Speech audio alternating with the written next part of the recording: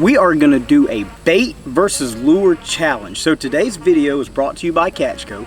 We're going to be using a bait and a lure to see which one catches the biggest bass. Now this is the Biospawn Vile Bug made by CatchCo, and this is CatchCo's Bubonic Bug crankbait. I caught a 9-pounder with this crankbait. Now, I have caught a lot of big bass with reaction baits. I caught an 11-pounder with a crankbait last year, but I have caught some big bass with soft plastics. I caught a 12-pounder with a giant worm last year. But I've caught a lot more big bass, say over 8 pounds, with reaction baits, crankbaits. Oh my God! So we're gonna put it to the test today, and we're gonna see really which one catches the biggest bass. I'm going to try to catch 5 bass with the soft plastic bait. That's a giant bass. And then I'm going to try to catch 5 bass with the crankbait. I hit the mouth on that pig. Whichever one catches the biggest bass wins. Now you can find these baits at Shop Carl's. I'm going to put the link in the description down below for you guys to check it out. Let's go. I don't care if you got issues. Daddy left, but I'm with you. So come with me and never look back. Alright guys, we're at the pond now and it's time to start this challenge. I think I'm going to start out with Bubonic Bug here. This is a really shallow pond, so I'm throwing this Bubonic Bug on 17-pound mono, and that's going to keep it up in the water column. So make it dives 3 to 5 foot, but with this, I downsize the hooks on it and I have, oh, there he is, there he is, there he is. Oh, he's trying to shake off. Did he come off? No, he's still on there. All right, one for the Bubonic Bug. One for the Bubonic Bug. He's a tiny little fella, but he counts. So we got one down for the Bubonic Bug. Guys, this is an awesome square bill.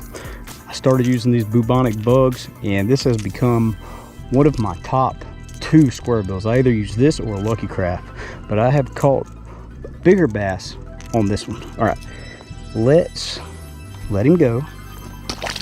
One down, 4 more to go with the sting.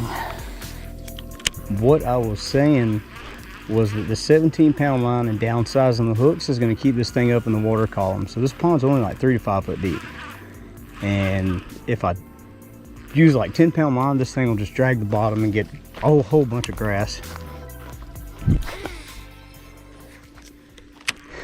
Also, another tip I could give you guys, if you are fishing with like any kind of lipless crankbait or a diving crankbait, like a shallow diving, like the square bill, and you want to keep it higher in the water column, you can hold your rod tip up.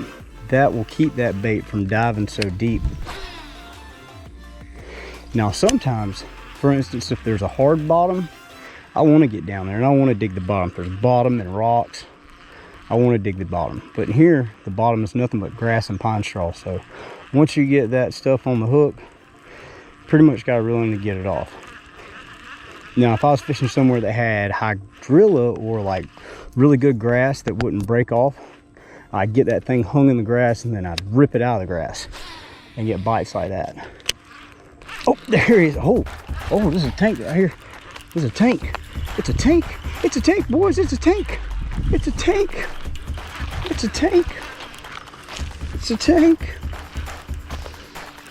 It's a tank. Oh yeah, it's a tank. Oh yeah.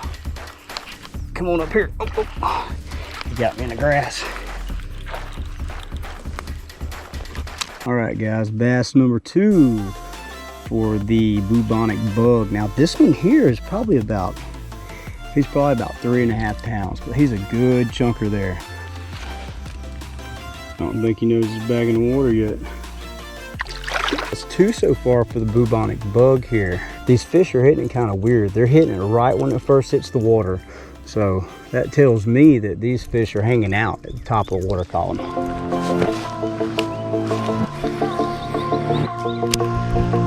Oh, there he is. There he is. Oh, he come off.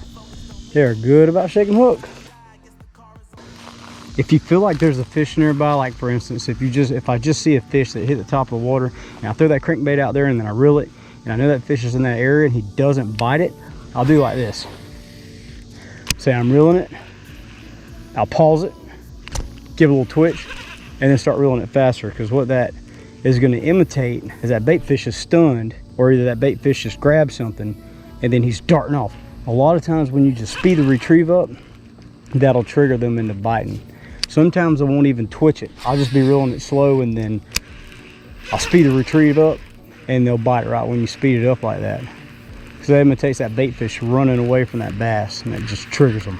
When you're reeling it really fast like that, it puts out more wake in the water, and the fish can feel those on their lateral lines, and it scares away the smaller fish. But it can really trigger those bigger ones into biting. Oh, that's the bottom. I got it. Now that is a plus to using 17-pound line. Guys, if you are using a expensive $8, $10, $12 crankbait and you're fishing in a pond without a boat off the bank, you can't go out there and retrieve that lure.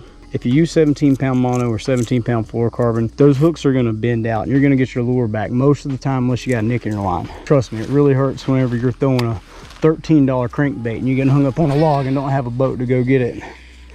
And using 10-pound line, the line breaks. That is horrible. So we're gonna let that spot cool down. You guys realize, like, the first couple casts I was getting bites over there.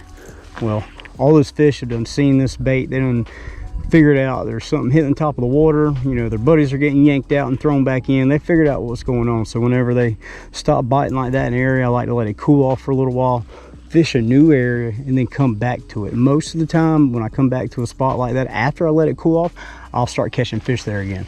I want to tell you guys too, I have a video that I made. It's like a tutorial video, but it specifically explains the difference in using different kind of lines, monofilament versus fluorocarbon, with different kind of crankbait. So if you're new to crankbait fishing, if you watch that video, it might help you out, because there's a time to use monofilament, there's a time to use fluorocarbon.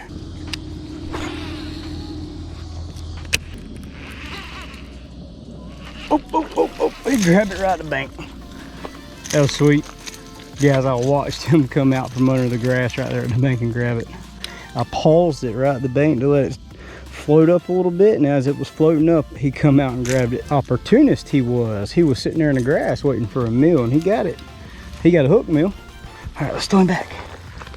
So this side of the pond right here is really shallow, and I can't really throw the square bill without getting grass and getting stuff, even though I have it modified to dive shallower. So this is where the creature bait is really going to excel, because it's weedless. I can fish this and all this stuff with light weight and be able to pull the fish out there. And I know there's fish in here because I keep seeing them swirl, but I can't fish this in here without getting grass. All right, it's time for the soft plastic bait part of the challenge now.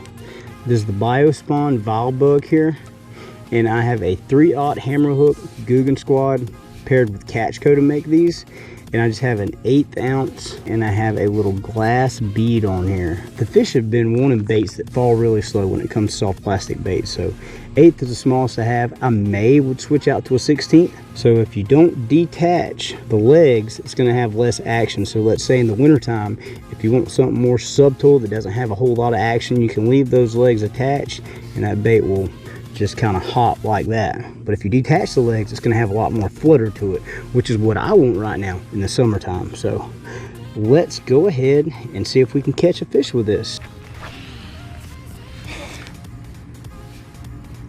Oh, that was a bite on the fall. I seen it. Get the hook in him. Get the hook in him. Come on up here, little bassy. He's a small one, but he counts. He counts. Now what I did there, guys, I was throwing the white, and I could not get a bite on the white, and I also had that glass bead on there, which added more weight, and it was making it fall faster. So I took the glass bead off, and I was working it, and I still couldn't get any bites. So I changed up the color and put on the June bug and green pumpkin. But if you guys can see, there's a bunch of bait fish hiding out in this grass. So all the recent hatchlings are hiding out in this grass right here, and these smaller bass are up here feeding on them. So the way I'm working it through this cover, guys, I'll pull it through the thick stuff, and when I see an open pocket, I'll drop it down in there. Sometimes they'll hit it in the open pocket. Sometimes they'll blow up on it right in the thick stuff. Get the hook in him. Get the hook in him. If you guys couldn't see it, I just threw it out and I was reeling on top of that grass that's floating on top of the water. He was hiding down the grass, come up and blew up on it. Hard baits are winning. Bubonic bug. Got that 4-pounder. I've got to cut this video short because I got a date waiting for me at the house, so I got to go. But comment down below if you've caught bigger bass on soft plastics or on hard baits. I want to know. And whichever it was, hard plastic, soft bait, make sure you put in the comment what kind it was. Thank you guys for watching. Hit that thumbs up, drop a comment down below, and please don't forget to subscribe. We'll see you again next time.